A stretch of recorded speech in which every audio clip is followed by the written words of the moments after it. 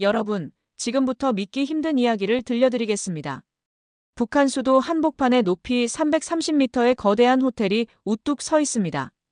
그 높이는 에펠탑보다도 높다고 하는데요.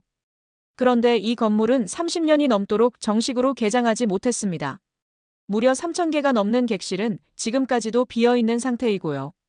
건설에 들어간 비용은 약 1조 원에 이른다고 합니다. 해외에서는 이 건물을 운명의 호텔이라고 부르기도 하는데요. 과연 무슨 사연이 이 건물에 숨겨져 있는 걸까요? 지금부터 이 호텔이 왜 지어졌는지 그 배경을 살펴보겠습니다. 시간은 1980년대로 거슬러 올라갑니다. 당시 남한과 북한은 서로를 의식하며 치열하게 경쟁하고 있던 시기였죠. 1986년 남한의 한 건설회사가 싱가포르에 초고층 호텔을 지으면서 국제적 주목을 받게 되고 1988년에는 서울 올림픽까지 성공적으로 개최하게 됩니다. 이런 상황에서 북한도 가만히 있을 수는 없었습니다. 김일성은 이에 대응해 1989년 평양에서 세계 청년 학생 축전을 개최하기로 합니다. 전 세계 수백 개 나라에서 수많은 방문객이 평양을 찾을 예정이었고 이를 준비하기 위해 막대한 자금이 투입됐습니다. 이때 북한은 대담한 결정을 내리죠. 당시 남한의 초고층 호텔보다 더 높은 세계 최고층 호텔을 평양에 세우겠다는 계획이었습니다. 1987년 북한은 초고층 호텔 공사를 공식적으로 시작합니다. 건물의 설계는 매우 독특했는데요. 세 갈래로 나뉜 구조가 각각 75도 각도로 기울어져 있고 꼭대기에서 하나로 모이도록 설계돼 있어 멀리서 보면 피라미드 같기도 하고 로켓을 연상시킨다는 사람도 있었습니다. 전체 높이는 약 330m, 지상 105층 규모의 약 3,000개의 객실이 계획됐고 연면적은 약 36만 제곱미터에 달합니다.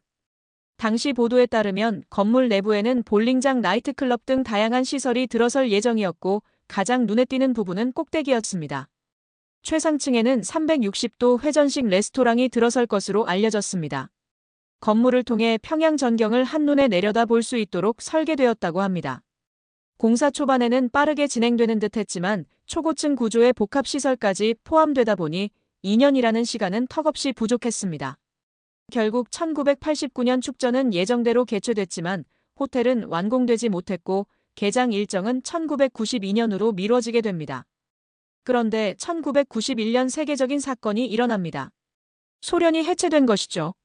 북한에 가장 많은 경제적 지원을 해오던 주요 우방이었던 소련의 붕괴는 북한 경제에도 큰 충격을 주었습니다.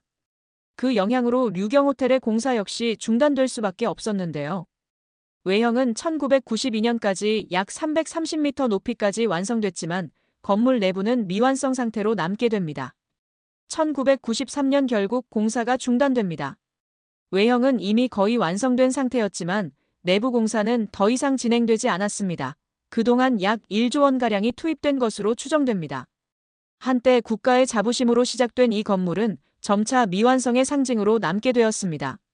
창문 하나 없는 회색빛 콘크리트 구조물만 도시 한가운데 서 있었고 옥상에는 공사용 크레인이 오랜 세월 그대로 방치되어 있었습니다.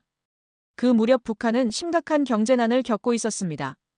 1990년대 중반에 들어서면서 식량난이 본격화됐고 전력 공급이 끊기거나 의료 체계가 마비되는 등 생활 여건은 악화되었습니다.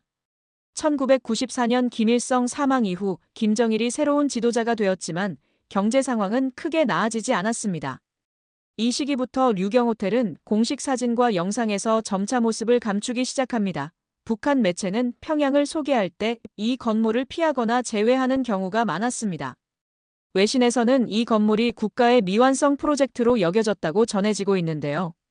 그로부터 약 15년이 지난 후 류경호텔에 다시 변화의 움직임이 시작됩니다. 이집트의 통신기업 오라스콤 그룹이 북한의 이동통신 사업을 수주하면서 호텔 외관 공사를 함께 맡게 됩니다. 이때부터 호텔 외벽에 유리 패널이 설치되고 창문 시공 등 외관 정비가 본격적으로 재개됩니다.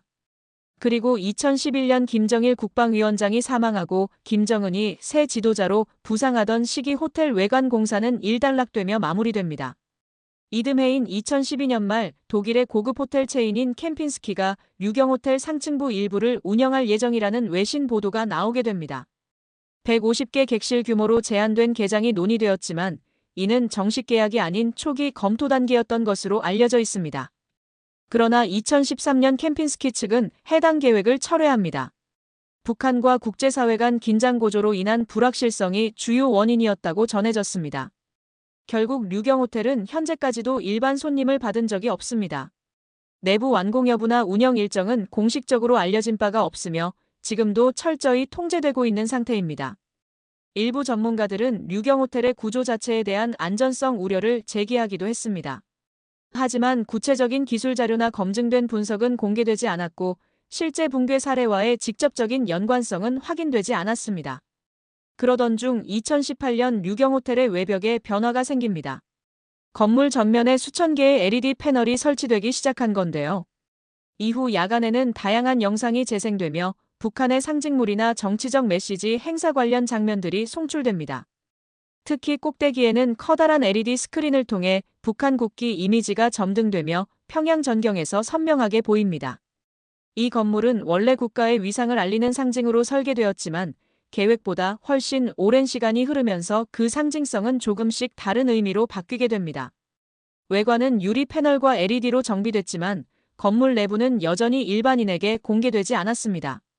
호텔로서 정식 운영된 적도 없고 3,000개에 달하는 객실 역시 손님을 받은 기록은 없습니다. 공사 시작 후 30년이 넘도록 이 건물은 완공 여부조차 명확히 공개되지 않은 채 지금도 평양 도심 한가운데에 그대로 서 있습니다.